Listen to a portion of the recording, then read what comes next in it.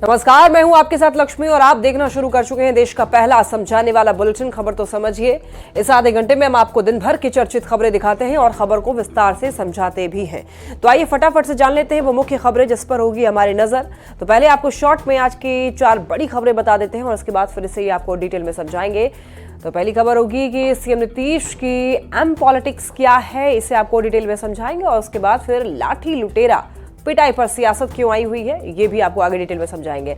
और फिर आरजेडी की जनसभा में भीड़ तंत्र को समझेंगे और उसके बाद समझेंगे पॉकेट में क्यों बम की तरह मोबाइल फटा। तो देखिए, बिहार में अगले साल होने वाले विधानसभा चुनाव से पहले तुष्टीकरण की सियासत शुरू हो गई है और लिटमस टेस्ट के तौर पर देखे जा रहे उपचुनाव के हर मंच पर सीएम नीतीश कुमार मुसलमानों के किए गए काम का जिक्र कर रहे हैं। और क्या है सीएम नीतीश की एम पॉलिटिक्स, इस रिपोर्ट में देखिए। बिहार में अगले साल होने वाले विधानसभा चुनाव से पहले तुष्टीकरण की सियासत शुरू हो गई है। 4 सीटों पर हो रहे उपचुनाव में बिहार के मुख्यमंत्री नीतीश कुमार प्रचार के लिए जिस मंच पर जा रहे हैं, इस मंच से मुस्लिम मतदाताओं को लुभाने की पूरी कोशिश कर रहे हैं। अक्टूबर 1989 में हुए भागलपुर दंगे की याद दिलाते हुए सीएम कह रहे हैं कि उनकी सरकार ने मुस्लिमों के साथ न्याय किया।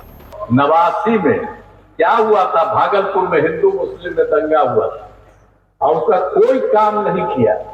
2006 में हमने पूरी की पूरी जांच कराई और आप समझ रहे हैं कि सब लोगों के लिए दोषियों पर कार्रवाई हुई और पीड़ितों को हम लोगों ने मदद देना शुरू किया। आज तक मदद। बीजेपी से गठबंधन के बाद सीएम नीतीश कुमार बार बार हर मंच से इस बात को दोहरा रहे हैं। मुख्यमंत्री ये बताने की कोशिश कर रहे हैं कि मुस्लिमों के लिए उनकी सरकार ने क्या क्या काम किए। बावजूद इसके मुस्लिम वोटर आरजेडी और कांग्रेस को वोट देते हैं, लिहाजा सीएम मुस्लिमों से इधर उधर नहीं जाने की अपील कर रहे हैं। जेडीयू के मुस्लिम नेता भी यही बात कह रहे हैं। हमने आपको डर से निजात दिलाई, हमने दंगा से निजात दिलाया, हमने दंगाइयों को बंद किया। आप बेखौफ होकर के हमारे साथ आइए। जो आरजेडी वाले कांग्रेस वाले आपको डरा रहे हैं, उससे डरने की जरूरत नहीं। आप ध्रुवीकरण की सियासत पर आरजेडी के नेता भी पूरा जोर लगा रहे हैं। लालू प्रसाद और तेजस्वी यादव को मुस्लिमों का सबसे बड़ा हितैषी बता रहे हैं। साथ ही गोधरा कांड का जिक्र कर सीएम नीतीश पर बटेंगे तो कटेंगे की राजनीति करने वालों के साथ जाने का आरोप लगा रहे हैं। ये तो गोधरा वालों के साथ पार्टनरशिप किए हुए हैं। ऐसे लोगों का ये समर्थन कर रहे हैं जो नारा बनाते हैं बटोगे तो कटोगे। ये तो गोधरा वालों के गोद में बैठ करके ये मात्र मुसलमानों को लॉलीपॉप दिखा रहे हैं। बिहार में चुनाव में अभी 1 साल का वक्त बाकी है। सत्ताधारी जेडीयू और विपक्ष में बैठा आरजेडी मुस्लिम मतदाताओं को अपने पाले में लाने की पुरजोर कोशिश कर रहा है, पर यह तो आने वाला वक्त ही तय करेगा कि किसकी कोशिश सफल होती है। पटना संवाददाता आनंद अमृतराज के साथ ब्यूरो रिपोर्ट न्यूज 18। और अब आइए बिहार में एम पॉलिटिक्स को समझते हैं। देखिए, जातिगत सर्वे के मुताबिक बिहार की कुल आबादी जो है वो लगभग 13 करोड़ है और बिहार की जनसंख्या में 81.99% लोग हिंदू समुदाय से आते हैं। और बिहार में मुस्लिमों की जनसंख्या की बात करें तो लगभग 17.70% है। जातिगत सर्वे के बाद से एम फैक्टर पर फोकस किया जा रहा है। मुस्लिमों के लिए ज्यादा राजनीतिक हिस्सेदारी की मांग उठ रही है क्योंकि बिहार में लगभग 18% मुस्लिम मतदाता हैं। तो बिहार उपचुनाव में भी मुस्लिम वोटरों की काफी अहमियत है और इसीलिए तुष्टीकरण की सियासत जोर शोर के साथ हो रही है। और देखिए, सीएम नीतीश जो है हर मंच से बार बार मुसलमानों का जिक्र कर रहे हैं। एनडीए सरकार में मुस्लिमों के लिए किए गए काम को गिनवा रहे हैं बार बार।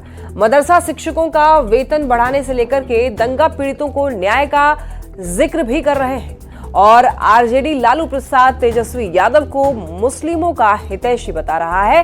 तो पीके भी 40 मुस्लिम उम्मीदवार खड़ा करने की घोषणा कर चुके हैं।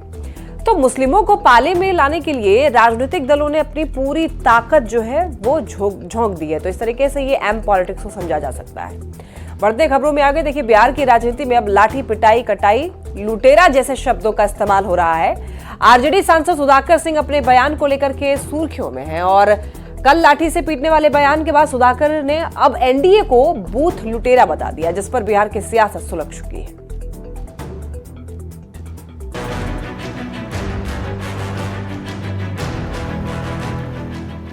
आरजेडी सांसद सुधाकर सिंह की बदजुबानी कम होने का नाम ही नहीं ले रही है। कल लाठी से पीटने वाले बयान के बाद सुधाकर ने एक कदम और आगे बढ़ा दिया है। सुधाकर सिंह ने एनडीए को बूथ लुटेरा बता दिया। सुधाकर ने कहा कि इन लोगों को लाठी से नहीं पीटा जाएगा तो क्या फूल माला पहनाया जाएगा। पूरे बिहार में टीवी चैनल पे चलवा रहा है कि बक्सर का सांसद लाठी से पीटने का बात किया। बूथ लुटेरे को लाठी से नहीं पीटा जाएगा तो क्या उनका फूल माला से स्वागत होगा क्या? अगर ऐसा है तो बताइए, ये बूथ लुटेरे को लाठी से जवाब देंगे कि नहीं देंगे हम लोग? सुधाकर के बयान पर बिहार की सियासत गरमाई हुई है। सुधाकर के लाठी वाले बयान पर डिप्टी सीएम विजय सिन्हा ने पलटवार किया। परिवारवाद की जमींदारी के जुबराज से आप अपेक्षा क्या रख सकते हैं? राजद के जंगल राज के जुबराज और वो भी जगता बाबू के जुबराज, दोनों परिवारवाद की जमींदारी से सिंहासन प्राप्त करते हैं बिना पसीना बहाए। उपचुनाव को लेकर नेताओं ने एक दूसरे पर जुबानी वार पलटवार तेज कर दिया है। आरजेडी सांसद सुधाकर सिंह ने बीजेपी कार्यकर्ताओं को लाठी से पीटने की बात कही, जिस पर बीजेपी ने चूर चूर कर देंगे और उंगली काट लेंगे वाला बयान देकर जवाब दिया। अब सुधाकर सिंह ने एनडीए को बूथ लुटेरा बता दिया तो सांसद सुधाकर के बयान पर बिहार में सियासत की आग सुलग चुकी है। तो ऐसे में सवाल है कि सुधाकर लाठी, पिटाई, लुटेरा जैसे शब्दों का इस्तेमाल कर किस तरीके का संदेश देना चाहते हैं। न्यूज़ 18 के लिए कैमूर से अभिनव कुमार, लखीसराय से राकेश कुमार और आरा से चंदन कुमार की रिपोर्ट। तो अब आइए आरजेडी सांसद सुधाकर सिंह की पिटाई वाली पॉलिटिक्स को समझ लेते हैं। देखिए, बिहार में 4 विधानसभा सीट पर उपचुनाव हो रहे हैं। तरारी, रामगढ़, इमामगंज और बेलागंज, यहाँ पर उपचुनाव हो रहे हैं। तो देखिए, शुक्रवार को सुधाकर सिंह रामगढ़ में प्रचार के लिए पहुंचे थे और रामगढ़ से सुधाकर सिंह के भाई अजीत सिंह चुनाव लड़ रहे हैं। तो सुधाकर सिंह ने कहा कि 2020 की गलती को नहीं दोहराएंगे। बीजेपी और बीएसपी के लोग गुंडागर्दी पर उतारू हैं। आरजेडी कार्यकर्ताओं का रास्ता रोक रहे हैं, गाड़ी रोक रहे हैं। 2020 में 3 जगह लाठी से पीटे थे और इस बार 300 बूथ पर वो पीटेंगे। तो अगले दिन भी सुधाकर सिंह अपने बयान पर अडिग रहे। कहा कि बूथ लुटेरों को लाठी से नहीं पीटा जाएगा तो क्या किया जाएगा। सुधाकर सिंह ने पूछा कि बूथ लुटेरों का क्या फूल माला से स्वागत होगा। और सुधाकर सिंह ने यह भी कहा है कि बीजेपी और आरएसएस वाले जो है वो बांटने और काटने की बात कर रहे हैं। सुधाकर सिंह ने आरोप लगाया कि बीजेपी के कार्यकर्ता अब बूथ लुटेरा बन चुके हैं और ये भी आरोप लगाया है कि आरजेडी कार्यकर्ताओं को धमकाया जा रहा है और इसीलिए हम अपने आरजेडी कार्यकर्ताओं के साथ मजबूती से खड़े हैं। तो भाई ये पिटाई पर बिहार में गरमाई हुई सियासत को समझ लेते हैं। तो देखिए, आरजेडी सांसद सुधाकर सिंह के बयान पर वार पलटवार जारी है। एनडीए खेमे की सारी पार्टियां जो है वो बयान का पुरजोर विरोध कर रही है। बीजेपी, जेडीयू, आरएलएम, एलजेपीआरबी ने भी कड़ी आपत्ति जताई है। तो सुधाकर सिंह के पीटने वाले बयान पर कड़ी आपत्ति जताई जा रही है लगातार। और इधर उप मुख्यमंत्री विजय कुमार सिन्हा ने भी बयान की आलोचना की है। विजय सिन्हा ने पलटवार किया कि परिवारवाद के जमींदारी वाले युवराज से आप क्या अपेक्षा कर सकते हैं। आरएलएम के राष्ट्रीय अध्यक्ष उपेंद्र कुशवाहा ने भी बयान की वत्सरना की और उपेंद्र कुशवाहा ने सुधाकर सिंह के बयान को पूरी तरीके से अनुचित बताया। उपेंद्र कुशवाहा ने कहा है कि इस तरीके के बयान लोकतंत्र की गरिमा को खराब करते हैं। कुशवाहा ने यह भी कहा है कि आरजेडी सांसद सुधाकर सिंह का बयान जो है वो काफी दुर्भाग्यपूर्ण है। तो उधर एलजेपीआरबी के राष्ट्रीय अध्यक्ष चिराग पासवान ने भी बयान की निंदा की। चिराग पासवान ने कहा है कि लाठी और डंडे से पीटने वाला बयान बहुत ही चिंताजनक है। चिराग ने कहा है कि लोकतंत्र में मारने और पीटने का अधिकार किसी को नहीं है। चिराग ने यह मांग की कि इस मामले पर चुनाव आयोग को संज्ञान लेना चाहिए। चिराग ने यह भी कहा है कि वोटरों को डराना और धमकाना आरजेडी की पुरानी आदत है। चलिए बढ़ते हैं खबरों में आगे। और बेलागंज उपचुनाव प्रचार के दौरान आरजेडी कार्यकर्ताओं की गुंडागर्दी सामने आई है। जब भीड़ से एक व्यक्ति ने महागठबंधन प्रत्याशी पर सवाल उठाए तो उसके साथ क्या हुआ, इस रिपोर्ट में देखिए। अगर इनसे कोई मुझे लगता है कि अगर भूल चूक हुई हो तो आप कोशिश कीजिए कि आप उनको माफ करा।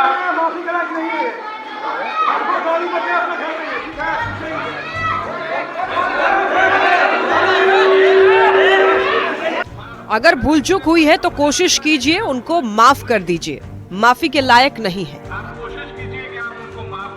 चुनावी सभा में हंगामे की ये तस्वीर है बेलागंज के लक्ष्मीपुर गांव की। पूर्व सांसद शहाबुद्दीन के बेटे आरजेडी नेता उसामा शाह बेलागंज के लक्ष्मीपुर गांव में आरजेडी प्रत्याशी विश्वनाथ कुमार सिंह के पक्ष में प्रचार कर रहे थे। नुक्कड़ सभा को संबोधित करते हुए ओसामा ने कहा कि अगर आरजेडी प्रत्याशी विश्वनाथ यादव से कोई भूल चूक हुई है तो आप उन्हें माफ करने की कोशिश करें। इतना कहते ही भीड़ से आवाज आती है कि वो माफी के लायक नहीं है। इसके बाद हो जाता है बवाल। जिस युवक ने भीड़ से आवाज उठाई उसे आरजेडी समर्थकों ने पकड़ लिया और भरी सभा में उसे दौड़ा दौड़ा कर पीटा। भीड़ तंत्र का खौफनाक चेहरा आप इन तस्वीरों के जरिए देख सकते हैं। कैसे आरजेडी के समर्थन गुंडागर्दी पर उतर आए हैं। आरजेडी समर्थकों ने उस युवक की जमकर पिटाई कर दी।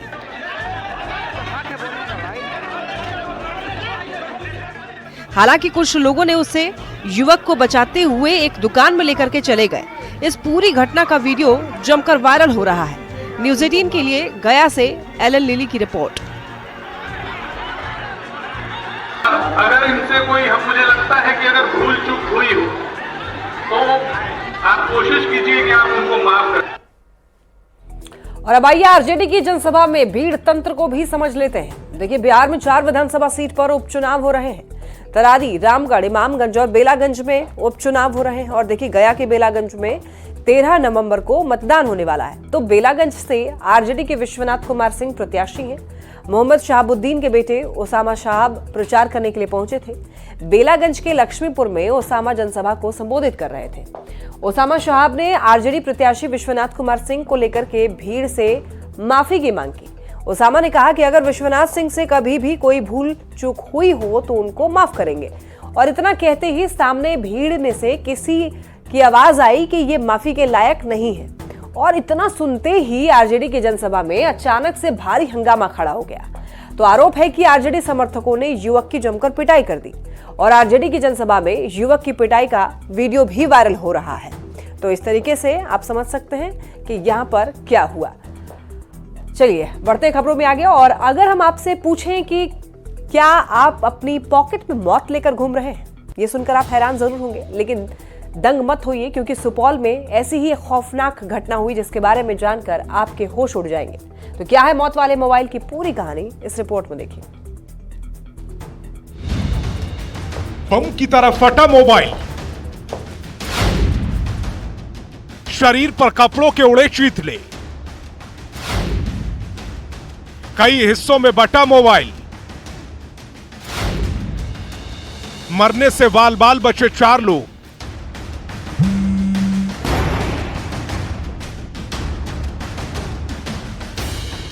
जितने हिस्सों में यह मोबाइल फोन बटा है, शायद विजय मंडल के पैर के इतने ही चीथले उड़ते अगर समय रहते मां बाप और भाई ने अपनी जान पर खेलकर विजय को न बचाया होता। रविवार की सुबह सुपौल में छातापुर थाना क्षेत्र के लक्ष्मीपुर कोटी में एक ऐसी डरावनी घटना हुई जिसकी कहानी सुन आपके रोंगटे खड़े हो जाएंगे। वार्ड 3 में रहने वाले विजय मंडल का मोबाइल फोन पैंट के पॉकेट में किसी खतरनाक बम की तरह ब्लास्ट कर गया, जिससे उसके चीथले उड़ गए। मोबाइल के पार्ट पुर्जे कई हिस्सों में बट गए। मामला यही है कि सुबह बाइक निकाले थे, पापा और भाई को बाजार मार्केट ले जाने के लिए, कोई काम था। तो हम जो है मोबाइल रखे थे जेब में, ब्लास्ट हो गया निकालते वक्त। कहीं आपकी पैंट की पॉकेट में बम तो नहीं है? कहीं आप भी पॉकेट में मौत लेकर तो नहीं घूम रहे? कहीं आपके बच्चे के हाथ में भी मौत वाला मोबाइल तो नहीं है? ये सारे सवाल इसलिए उठ रहे हैं क्योंकि विजय का बुरा हाल मोबाइल फोन ने किया है। धमाका इतना जोरदार था कि माँ बाप, भाई सबके सब इसकी चपेट में आ गए। ओकरा छोड़वे के चक्कर में छे बाबा, पापा, माँ हमें हाथ जल गए और भाई के छोटा भाई छो जकर मोबाइल ब्लास्ट गए और जांग में बहुत जख्म छे। 4 लोगों की जान जाते जाते बची है। एक मोबाइल फोन कितना खतरनाक हो सकता है ये आप सोच भी नहीं सकते। पर यह घटना विजय के लिए बुरा सपना बन गई। विजय जब जब मोबाइल छुएगा उसका कलेजा कांप उठेगा। धमाके की आवाज आजीवन उसके कानों में गूंजेगी।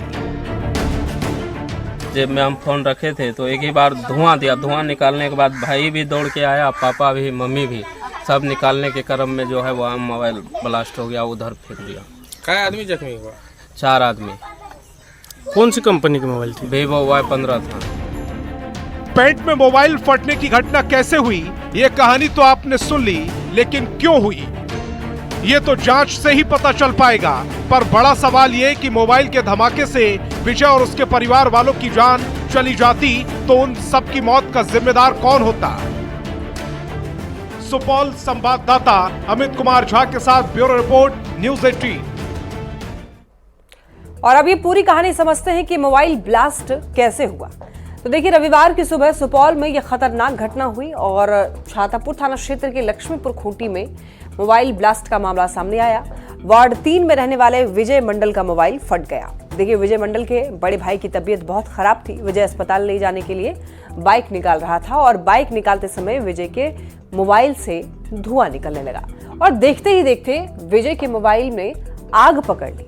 विजय का मोबाइल जलते हुए पैंट में ही ब्लास्ट कर गया और पॉकेट में रखे हुए मोबाइल के पूरी तरीके से चिथड़े उड़ गए। एक मोबाइल इतना खतरनाक होगा किसी ने सोचा नहीं था। परिवार वाले विजय को बचाने के लिए दौड़ पड़े और मोबाइल धमाके की चपेट में विजय के माँ बाप और भाई भी आ गए। तो आप ऐसे समझ सकते हैं कि एक मोबाइल फोन भी कितना खतरनाक हो सकता है।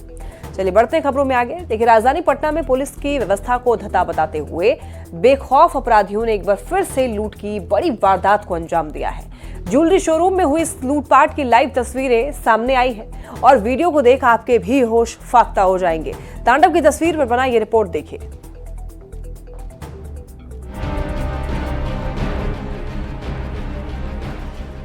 देखें इस तस्वीर को, बिहार के नीति नियंता।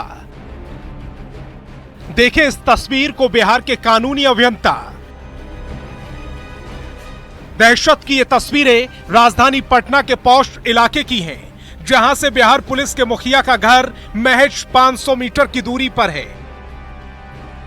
शनिवार को बिहार के डीजीपी आलोक राज के घर के पास हथियारबंद अपराधियों ने सरेआम जमकर तांडव किया। कंकड़बाग थाना इलाके के अतिव्यस्त रहने वाली कॉलोनी मोड़ पर तनिष्क शोरूम में लूटपाट कर आराम से चलते बने और पटना पुलिस हाथ मलती रह गई। 1 2 3 4 इन गुंडों के हाथ में गन है और स्टाफ की आंखों में खौफ। राजधानी की पुलिस को धता बताते हुए इन अपराधियों ने तनिष्क शोरूम में वो किया जिसकी कोई सोच भी नहीं रख सकता था। सीसीटीवी की तस्वीरें बता रही हैं, ज्वेलरी शोरूम में डर दस्तक देता है और स्टाफ हैंड्स अप कर इधर उधर भागने लगता है। बदमाश पिस्टल की बट से एक स्टाफ को लहूलुहान कर देता है। इसके बाद शुरू होता है लूट का खेल। बेखौफ अपराधी अलमारी में रखे गहने लूटते हैं, रेक पर रखी ज्वेलरी और काउंटर पर गल्ले में रखे 50,000 रुपए कैश।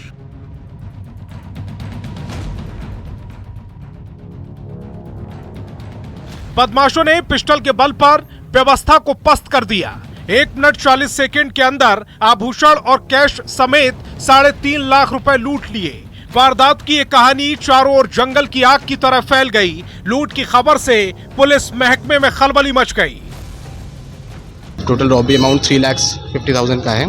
हम लोग की सारी टीमें निकल गई हैं, अपने अपने काम सबको विभाजित कर दिया गया है। जो SIU टीम है वो अपना काम कर रही है। यहाँ पे थाना प्रभारी सारे लगे हुए हैं और हम लोग इस घटना को उद्भेदन जल्दी से जल्दी करेंगे। राजधानी में लूट की इस बड़ी वारदात ने पटना पुलिस की कार्यशैली पर सवाल खड़े कर दिए। पुलिस जल्द ही इन अपराधियों को सलाखों के पीछे धकेलने का दावा कर रही है, पर यह तो वक्त ही बताएगा कि खाकी के दावे में कितना सच है। पटना संवाददाता संजय कुमार के साथ ब्यूरो रिपोर्ट, न्यूज़ 18।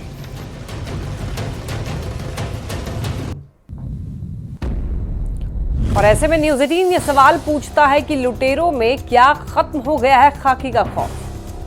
सवाल ये भी उठता है कि पौष इलाके में कैसे हुई लूट की वारदात और अब तक आखिर क्यों नहीं मिला लुटेरों का कुछ भी सुराग। और डीजीपी के आवास के पास आखिर कैसे हुई ये लूटपाट। तो कई सवाल उठते हैं। न्यूज़ 18 सवाल पूछता है कि डीजीपी के आवास के पास लूट कैसे हुई और VIP इलाके में क्या पटना पुलिस सो रही थी। चुस्त रहने की जगह सुस्त क्यों थी पटना पुलिस। कई ऐसे सवाल इस ज्वेलरी शोरूम में चोरी के बाद। इसी के साथ इस बुलेटिन में इतना ही। तमाम खबरों के लिए आप देखते रहिए न्यूज़ 18।